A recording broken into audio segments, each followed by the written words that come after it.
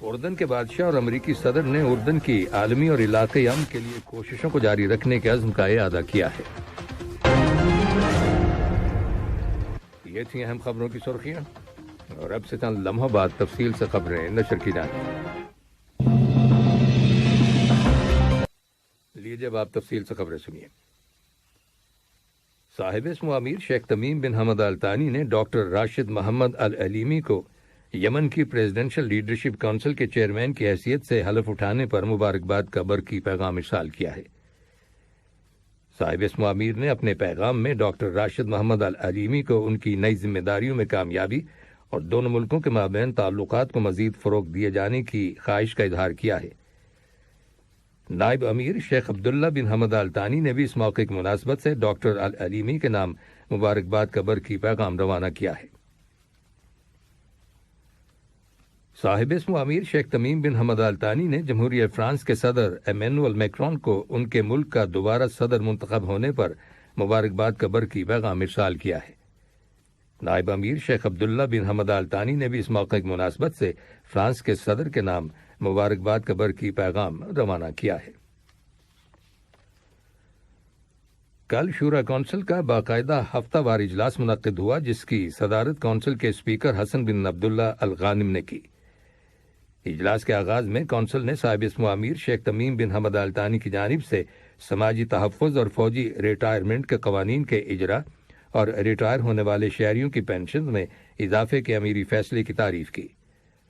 Council کا کہنا تھا کہ ریٹائر ہونے والے افراد کی پینشن میں اضافہ کرنے کا امیری فیصلہ ملک کی خاطر ان کی خدمات کے لیے صاحب اسم و امیر کی تعریف کی عکاسی کرتا ہے۔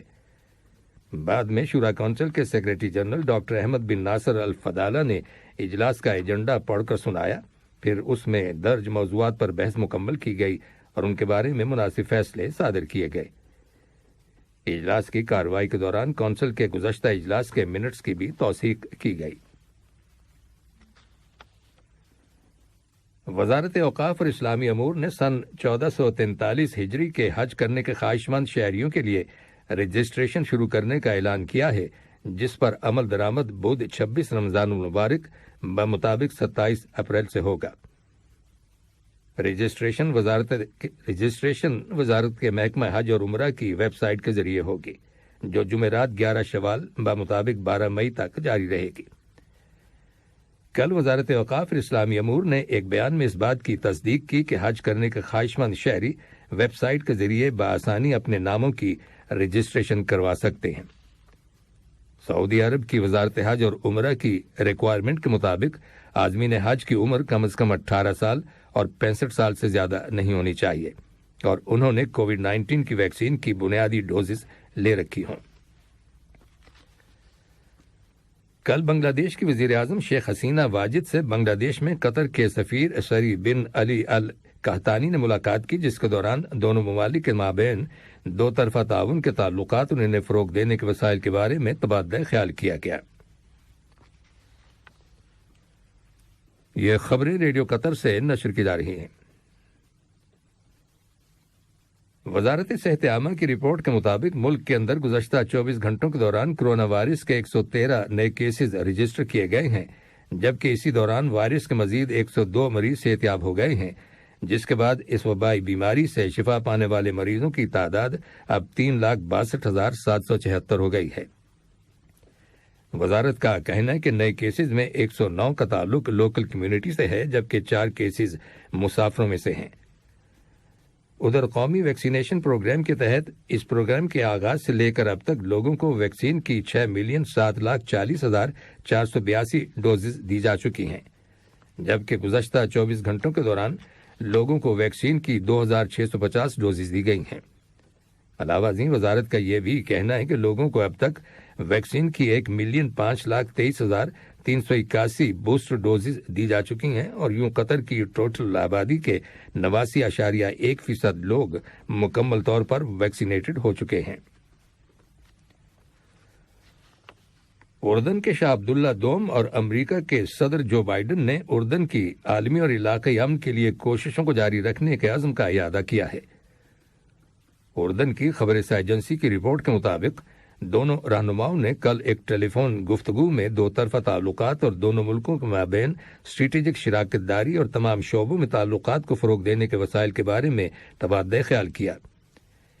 خطے میں ہونے والی پیش رفت پر گفتگو کرتے ہوئے، جس میں سب سے زیادہ اہم فلسطین کا مسئلہ ہے، اردن کے بادشاہ اور امریکی صدر نے بیت المقدس میں جاری کشیدگی کو روکنے کے لیے ہم آہنگی برقرار رکھنے کی اہمیت پر زور دیا، جس سے امن کے امکانات کو نقصان پہنچ سکتا ہے اور حالات مزید خراب ہو سکتے ہیں۔ شاہ عبداللہ نے دو ریاستی حل کی بنیاد پر فلسطینی عوام کے جائز حقوق کی تکمیل کے لیے اور منصفانہ اور جامع امن کے حصول کے لیے کوششیں تیز تر کرنے کی اہمیت کا اعادہ کیا، تاکہ جون سن 1967 کی سرحدوں کے مطابق فلسطینیوں کے لیے ایک آزاد اور خود مختار ریاست کا قیام عمل میں آئے، جس کا دارالحکومت مشرقی بیت المقدس ہو۔ اسرائیلی فوج کی جانب سے جنوبی لبنان کے سرحدی علاقے پر توپ خانے سے گولہ باری کیے جانے کی اطلاع ملی ہے۔ اس سے قبل لبنان کے سرحدی علاقے سے اسرائیل کی سرزمین پر ایک راکٹ داغا گیا تھا۔ لبنان کی فوج کا کہنا ہے کہ اسرائیل نے جنوبی سرحد کے قریب لبنانی شہروں پر 50 گولے برسائے ہیں۔ پاکستان کی حکومت نے ملک کے اندر اور خاص طور پر خیبر پختونخوا صوبے میں غیر قانونی طور پر رہنے والے افغانستان کے شہریوں کو اپنا افغان شناختی کارڈ دکھا کر وطن واپس جانے کی اجازت دے دی ہے۔ رپورٹس کے مطابق یہ اجازت ملتے ہی سینکڑوں کی تعداد میں لوگ وطن واپسی کے لیے سرحدی گزرگاہ پر جمع ہو گئے ہیں۔ حکومت کا کہنا ہے کہ افغانستان جانے والے تمام افراد کے کوائف کو ریکارڈ کیا جا رہا ہے۔ روس کے وزیر خارجہ سرگئی لاوروف نے کہا ہے کہ مغربی ممالک کی جانب سے یوکرین کو بھیجے گئے ہتھیاروں کو نشانہ بنانا روسی فوج کے لیے جائز ہوگا۔ روس کی وزارت دفاع نے دعویٰ کیا ہے کہ اس کے میزائلوں نے مشرقی ڈونباس کے علاقے میں یوکرینی افواج کو غیر ملکی ہتھیاروں کی فراہمی کے لیے استعمال ہونے والی ریلوے پاورنگ کی 6 تنصیبات کو تباہ کر دیا ہے۔ ادھر وائٹ ہاؤس کا کہنا ہے کہ امریکہ روس پر مزید پابندیاں عائد کرنے پر غور کر رہا ہے۔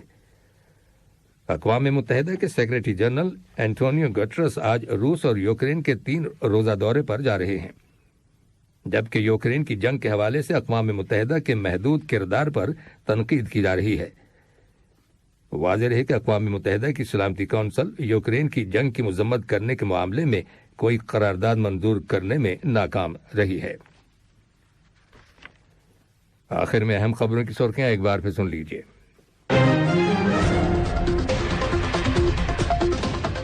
صاحب اسم امیر نے یمن کی پریزیڈنشل لیڈرشپ کونسل کے چیئرمین اور جمہوریہ فرانس کے صدر کو مبارکباد کے برقی پیغامات ارسال کیے ہیں۔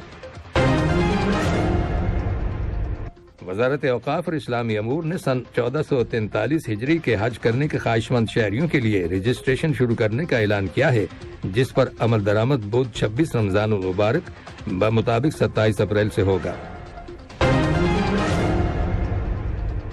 وزارت صحت عامہ کی رپورٹ کے مطابق گزشتہ 24 گھنٹوں کے دوران ملک کے اندر کرونا وائرس کے مزید 102 مریضوں کے صحت یاب ہو جانے کے بعد اس وبائی بیماری سے شفا پانے والے مریضوں کی مجموعی تعداد اب 3,62,776 ہو گئی ہے۔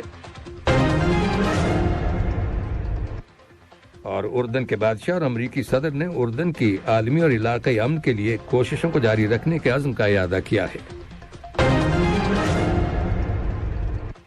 ریڈیو قطر سے خبروں کا آج کا پہلا بلیٹن ختم ہوا۔ دوسرا بلیٹن شام 7:30 بجے پیش کیا جائے گا۔ سنتے رہیے FM 107۔ السلام علیکم دوستو، میں ہوں شیخ نور۔ آپ دیکھ رہے تھے قطر نیوز ٹوڈے۔ مجھے امید ہے کہ یہ ویڈیو آپ کو انفارمیٹک لگی ہوگی۔ اسی طرح کے ویڈیو پاتے رہنے کے لیے نور ٹائم 24/7 یوٹیوب چینل کو سبسکرائب کیجیے اور اس ویڈیو کو لائک، کمنٹ اور شیئر ضرور کیجیے۔ اگر آپ فیس بک پر دیکھ رہے ہیں تو شیخ نور پیج کو لائک کیجیے اور فالو کیجیے تاکہ میں جیسے ویڈیو اپلوڈ کروں آپ تک پہنچ جائے۔ شکریہ۔